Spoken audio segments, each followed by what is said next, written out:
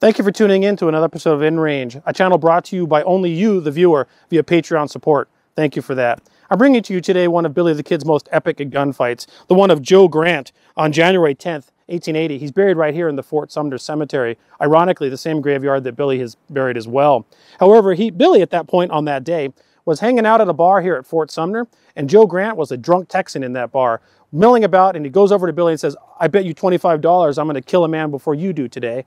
And Billy's like, "Huh, I'm impressed. Let's see about that." At one point, he actually sees Joe Grant walk over to another man and replace his gun for that man's gun because it was a nicer gun.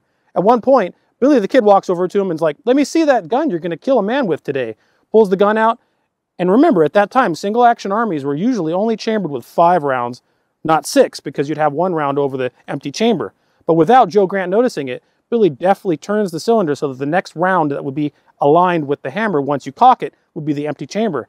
"Nice gun you got there, Joe." He hands it back to Joe. And Joe, at that point in his drunken state, walks behind the bar with that pistol, starts knocking glasses over and just making a general mess of the place.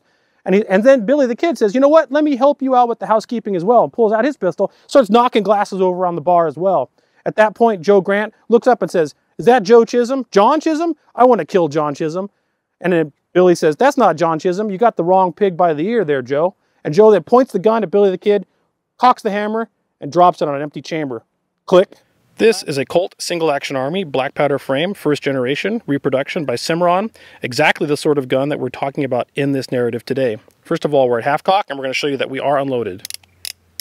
There are no rounds in the cylinder.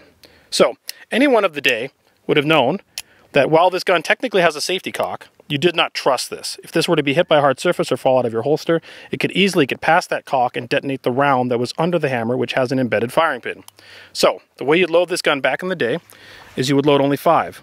You'd load the first empty chamber, you would skip the next chamber, then you would load your remaining 4 for a total of 5. And by the way, these are just empty cartridges, primered only, no load.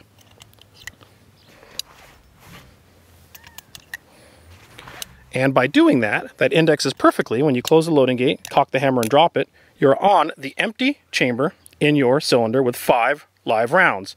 If you are at this point wanting to fire the gun, when you cock it, it is now over a live round. However, what we're going to do is show you what Billy did to outsmart Joe Grant. We're going to index it back over the empty chamber. So we are now back to how you would be carrying this gun. When Billy got a hold of the gun, he saw that it was properly carried with only 5 rounds and discreetly cocked it to half cock and rotated it 4 times. 2, 3, 4. Then he carefully lowered the hammer on that live round. When Joe got a hold of the gun and then cocked it at Billy, guess what? He was over the empty chamber. This is how Billy the Kid outsmarted Joe Grant. Last thing that Joe ever heard, Billy the Kid hits him with 3 rounds in his chin that John Chisholm later said could be covered by the size of a silver dollar. Very fascinating story, an example of not only being cool under fire, but actually being a very intelligent man. And Billy the Kid, even at his young age, was extremely street smart, but also incredibly intelligent as well.